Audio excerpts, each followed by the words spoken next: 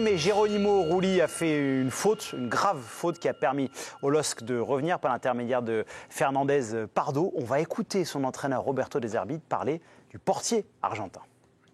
No, capita perché il calcio. Alors ça arrive parce que c'est le football, c'est sûr que ça m'attriste parce que c'était un but bête. Kondogbia était libre, il aurait pu servir Højbjerg. J'ai revu les images, voilà, si Rulli passe le ballon à Kondogbia et ensuite à Højbjerg, on prend pas de risque, mais voilà, ce sont des choses qui arrivent. Moi je suis quand même très fière de Rulli, absolument. Je pense que si on est deuxième, c'est en grande partie grâce à lui aussi.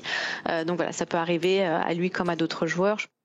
Bon, Régis, est-ce qu'il est impardonnable notre ami Geronimo Rulli? Mais moi, je vais être indulgent. J'aurais bien voulu voir les images. Ah oui, parce mais là, c'est un problème d'argent, là. Je suis désolé, je ne peux rien faire pour vous. Non, en fait, on en a discuté un petit peu tout à l'heure.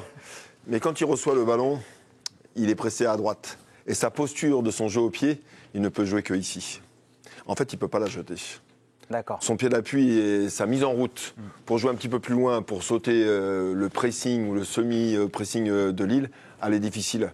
Alors effectivement, j'avais pas vu que Højbjerg, il était peut-être pas très loin d'une situation d'axe, il peut peut-être le jouer au sol, mais dans sa posture, elle est difficile.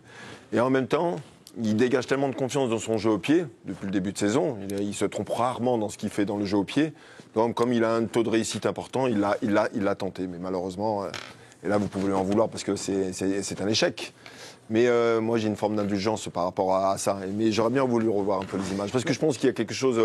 il ne peut pas faire autrement, je pense. Bon, Guillaume, c'est vrai que Geronimo Rulli a fait une saison plus incroyable. Que correcte. Il a quand même, ça lui est arrivé quand même 2-3 fois de faire des erreurs. Ce sont les gardiens qui jouent comme ça. Enfin, oui. Tu vois, moi, je suis un fan de Neuer absolu. Il est gardien un peu.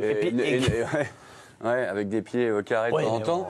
Neuer, il en a fait aussi des boulettes. Bien sûr. Mais si après tu fais l'addition, c'est un gardien qui te fait gagner beaucoup plus de points qu'il ne t'en fait perdre. Donc là, effectivement, il faut être indulgent. Après, je pense que, comme disait Ludovic tout à l'heure en première partie, à un moment, moi, je pense qu'il a d'autres possibilités. Je pense qu'il peut jouer sur le joueur qui est juste à sa gauche, à sa hauteur. Pierre-Emile Højbjerg. Voilà,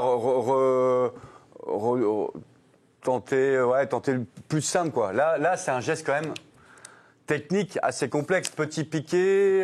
C'est à mi-hauteur dans la surface. Il n'a pas le temps. Bon, voilà. À un moment, mettre le ballon dans la tribune, très franchement, ça n'a absolument rien de choquant. Surtout à ce moment du match, quoi. Voilà. Timothée. À ce moment du match. J'abonde à tout ce qui a été dit. Ah, ok. Mais c'est pas irrespecter le jeu de le faire. Parce que c'est sa philosophie et c'est la philosophie de l'OM et c'est ce que De Zerbi demande. Mais il y a un moment, tu as le droit de désobéir. Alors j'inverse la question. Est-ce que finalement l'Olympique de Marseille ne doit pas s'en vouloir à soi-même de ne pas avoir su emballer plus rapidement la rencontre face à un Lille qui était décevant? Ils ont des occasions. Enfin, moi, Chevalier en sort de belle avant. Je suis désolé, quand on analysait ce match dès le départ, l'équipe qui devait faire le jeu et qui devait rejoindre l'OM, c'est Lille. L'OM, ils étaient en position de force, ils n'avaient pas à aller se jeter dans la gueule du loup comme ça dès le début de match. D'ailleurs, ils ont été très intelligents pour casser le tempo, parce que Lille adore prendre le rythme du match tout de suite comme ça dès le départ. Donc ils ont pris tout de suite comme ça l'ascendant sur eux et ils les ont complètement annihilés. Donc moi, je m'attendais plutôt à voir un début de match des Lillois très enflammé. Ils ont réussi à canaliser ça. Moi, je trouve qu'ils ont fait leur match. Et puis après, en deuxième, ils ont profité un petit peu, mais... je suis assez d'accord là-dessus. Déjà, à mon avis, Marseille ne serait pas là sans Rulli. Ne serait pas à cette position-là. Donc, il ne faut pas lui tomber dessus. Il a dû ramener au moins plus d'une dizaine de points, sans problème. Et après, c'est là où le football est parfois... Ça se joue à des micro-détails. Vous regarderez, ceux qui regarderont peut-être l'action, vous remonterez 20 secondes ou 30 secondes avant. Il y a un échauffouré sur... On va les revoir dans 10 minutes. Il y a un échauffouré sur le côté où... Tu perds un peu de concentration et de flottement où Balerdi va avec... il y a une faute sur Ulysse Garcia, il y a Bakker, il va pousser Bakker, il y a un regroupement, il prend un jaune et l'action, elle est juste derrière. Donc tu as perdu la micro-concentration dont tu avais besoin et que tu avais tenu parfaitement tout le match.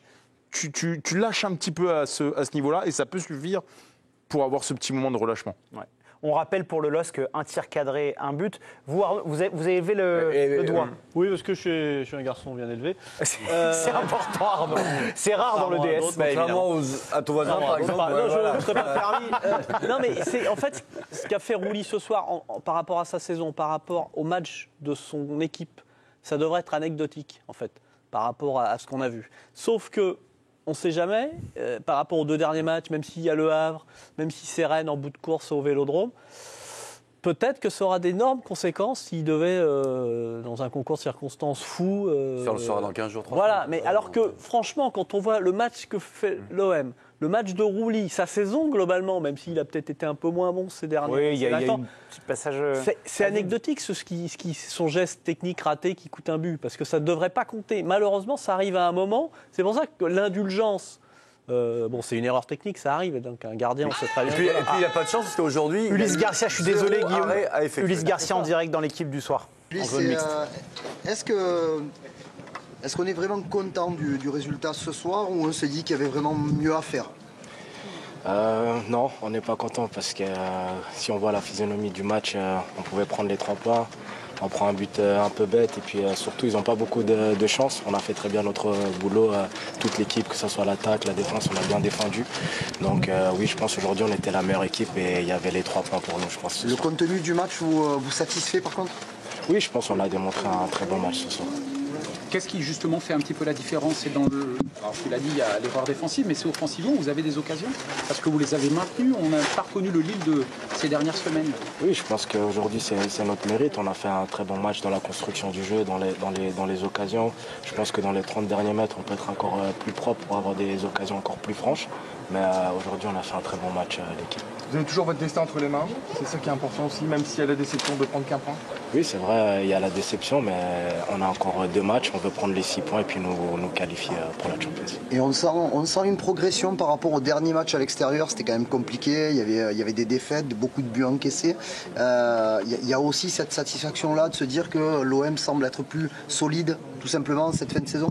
Oui, on travaille beaucoup avec Andrea, qui nous parle beaucoup avec la défense. Il a dit qu'il fallait qu'on ait confiance à jouer la ligne très haute, à jouer avec nos qualités.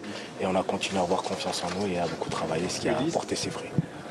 Ça fait 2 matchs que Léo Balardi est de retour dans l'équipe. Qu'est-ce que ça change pour vous dans la sécurité défensive et à la construction aussi? C'est sûr que Léo, c'est le capitaine. Comme je l'ai déjà dit, il tire cette équipe vers le haut. Il donne beaucoup de confiance à chaque joueur autour de lui. Donc on est très content quand il est de retour avec nous. On vous sent serein là, Ulysse. Je ne vais pas parler d'un autre OM, mais par rapport à il y a 3 semaines, un mois, il y a une équipe vraiment sur la pente ascendante là. Oui, c'est vrai. On travaille comme je l'ai dit, on fait bien les choses. Et c'est important pour nous de continuer comme ça. Et ce stage aussi, ça nous a permis de resserrer les liens, de pousser ensemble et de bien travailler. Justement, ce stage, Ulysse, apparemment, la balle maintenant est dans le camp des joueurs. Vous allez avoir la possibilité de décider si vous voulez y retourner ou pas. Quel est votre sentiment? Alors pour ma part, ça ne me dérange pas du tout. Maintenant, on va voir comment ça va se passer. C'est vrai que le temps il est un peu court vu que demain on a libre. De partir mardi, de revenir vendredi, ça va être un peu compliqué, mais on verra qu'est-ce qui va se passer.